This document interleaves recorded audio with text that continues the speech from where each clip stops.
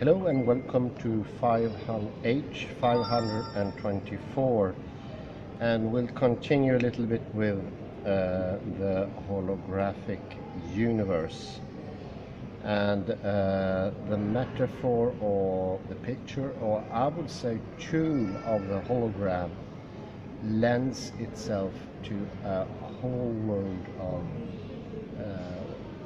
new ways, new alleys of how knowledge can be seen, how it can be transformed, and how you can find new knowledge in all things. And this is really weird, since I began to learn more about implicate and explicate order. It's like the old knowledge I had before. It's all of a sudden unfolding and unfolding in a way it's very unexpectedly. Caught me by surprise. So there is an interesting process going on when you learn these things.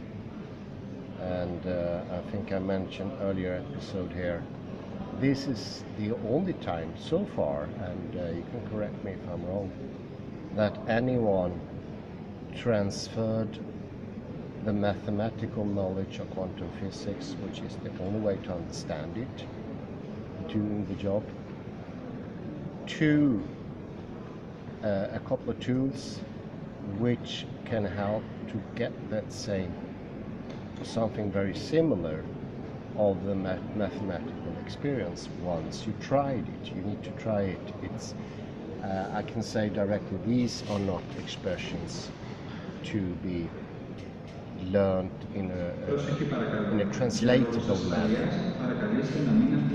It should instead be some. For security reasons, please do not leave your luggage unattended. It should instead be practiced. These words, these tools, I would say, should never be translated in the ordinary sense. They should be learned, and the relationship in between them, that is the thing, the interesting thing we're looking for. Not the words in themselves, but the play they starts to make once you learn them. And you need to train these, and you need to put a lot of time training them. The more you train them, the more they will open up.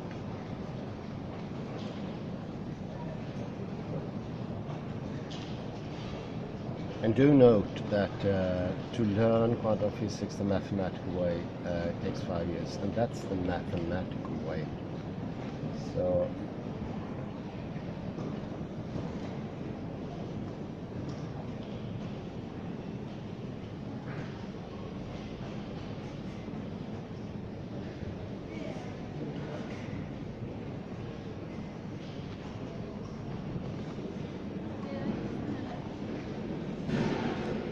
and as I mentioned many times before, we ordinarily aim for a literal picture of the world, but in fact we create the world according to our mode of participation, and we create ourselves accordingly.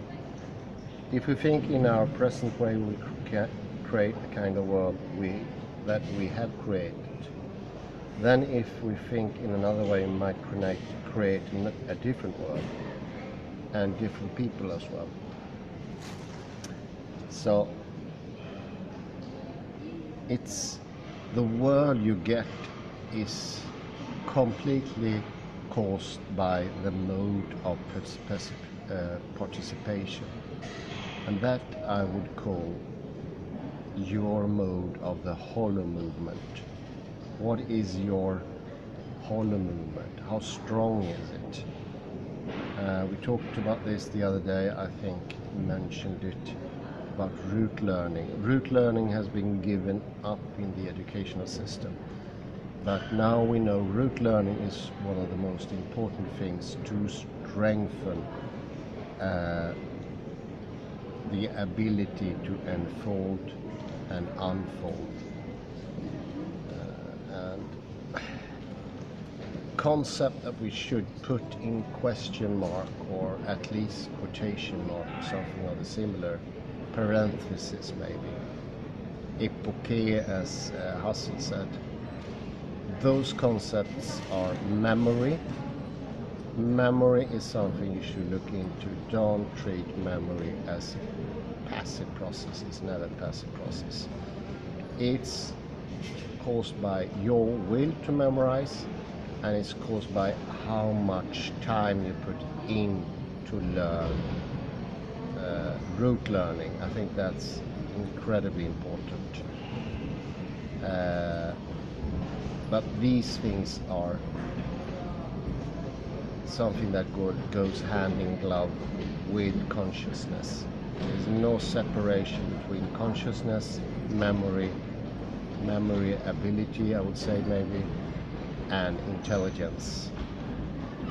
And the present model, they have a three-part separation, where they say they have nothing to do with each other, that memory is something completely passive, and that comes from another picture with starting with the camera oscura, where you just observe the word, starting even earlier with the word teorin, which means being in the theater and observing passively, and that goes into the camera obscura, which makes everything automatic.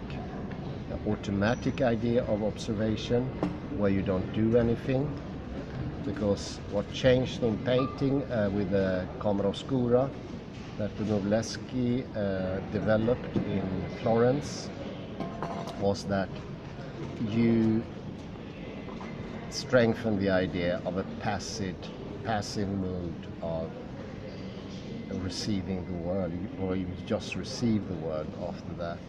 And that changed painting, and it lessened what painting was. It became something less. And that was transferred later into the photograph. There's a 90% of the population think that photographs represent reality or something like that, which is just beyond belief. And I have the dubious honor of having exhibitions, and people have been calling my paintings, which some of them I put in maybe a year of work, and say it looks exactly like reality, so lifelike. And what I mean by that, it looks like a photo you can take, and you can have it ready in minutes these days. Why, thank you. I spent a year doing this painting, and here you come and say it looks like a photo. Thank you very much. No, it's okay. I do understand some of the reasons behind that. Just gonna put it